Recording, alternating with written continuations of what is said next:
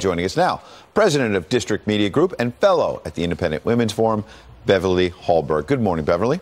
Good morning. One thing that strikes me before we get into the specifics of Biden's record is how these other Democratic candidates, and there are a lot of them, they're not really leaning in too hard. Well, everyone's sort of got to answer it. They're not really directly challenging the former vice president. And even in the way they answered those questions, they didn't even say Biden by name. These were just answers, responses to questions that were being asked of them. But I do think because Biden is the front runner at this point in time, that they are going to have to hit him hard on some issues. But the thing is, when it comes to immigration, I'm not sure that the whole of the Democratic Party is as progressive as some of these candidates are on immigration policy. Even a recent poll showed that when it comes to Americans, including voting Democrats, they actually are more willing to call the situation a crisis. It's gone up about 11 percentage points since January. So I think they have to be careful on how progressive they want to take this issue. I think Joe Biden is in a better lane for that. Very interesting point you make, because if you go back to 2006, he might not have used the word crisis,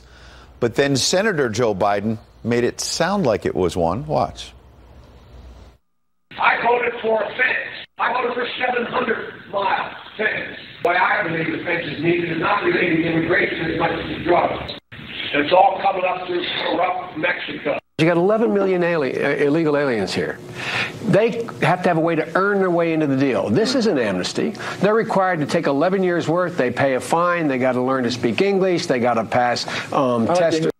So there you are. He's on camera, and we've got the record. 2006, voted, didn't just talk about it, voted for 700 miles of border fence. Now, obviously, he opposes a border wall, fence, whatever you call it.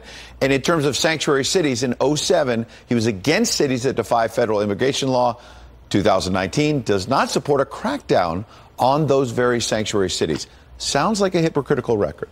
Well, it's not just him. When you talk about in 2006, that Secure Fence Act, he had two colleagues. Then Senators Obama and Clinton also supported this fencing, the 700 miles. So Democrats have changed their tune. But I want to bring up another point that even Biden did talk about years ago, and that is he actually proposed that employers who hire undocumented workers should be put in jail for hiring them illegally. So he has a lot to answer for. What we are seeing, he hasn't come out with a policy position fully on this area, but a spokesperson did come out and say that one of the areas that Biden is firm on is he does want smart border security. I think that's going to include some technology, but he has a lot to answer for because, as you saw in those clips, he's been very forceful in his rhetoric and his positions on immigration. Beverly Hallberg, some very interesting points this morning, especially because when you listen to then Senator Biden talking about drugs coming across the border, sounds a little bit like President Trump, which the Democrats now say is extreme. They were saying it themselves. Beverly, appreciate you coming in.